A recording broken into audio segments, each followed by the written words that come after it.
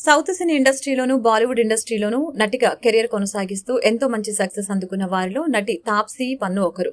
ఈమె తెలుగు చిత్ర పరిశ్రమకు రాఘవేంద్రరావు డైరెక్షన్ లో మంచు మనోజ్ హీరోగా నటించిన జుమ్మంది నాదం అనే సినిమా ద్వారా ప్రేక్షకుల ముందుకొచ్చారు. ఈ సినిమా పర్వాలేదు అనిపించుకుంది.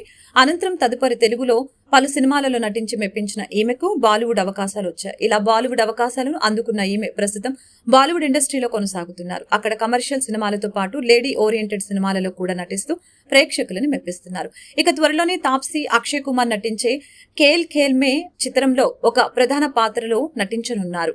ఈ క్రమంలో ఈ సినిమా ప్రమోషన్ లో పాల్గొన్నారు. ఇక ఇంటర్వ్యూలో భాగంగా ఈమె తన భర్త మథియాస్ బో గురించి ఆసక్తికరమైన విషయాన్ని వెల్లడించారు. నేను మా ఆయనని 2013 సంవత్సరంలో మొదటిసారి కలుసుకున్నాను. ఇక ఆయనతో డేటింగ్ వెళ్లాల్సి వచ్చినప్పుడు తనని దుబాయ్కి రమ్మని పిలిచారు. దుబాయ్కి తనను రమ్మని పిలిచినట్లు నేను నా స్నేహితురాలికి చెప్పాను. ఆ సమయంలో నేను స్నేహితురాలికి చెప్పిన మాట ఇప్పటికీ నేను మర్చిపోలేకపోతున్నానని వెల్లడించారు. ఆయన దుబాయ్కి డేటింగ్ కి రమ్మని చెప్పి అక్కడ నిన్ను అమ్మేస్తాడేమో జాగ్రత్త అంటూ తనకు జాగ్రత్తలు చెప్పడమే కాకుండా దుబాయ్లో ఉంటున్న తన అక్క ఫోన్ నెంబర్ కూడా నాకు పంపించింది అంటూ తన భర్తకు సంబంధించిన ఈ విషయాన్ని తాప్సీ వెల్లడించడంతో ఇది కాస్త వైరల్ అవుతోంది. ఇక తాప్సీ భర్త మథియాస్ బో డెన్మార్క్ కు చెందిన మథియాస్ బ్యాడ్మింటన్ లో ఎంతో పేరు ప్రఖ్యాతులు సొంతం చేసుకున్నాడు.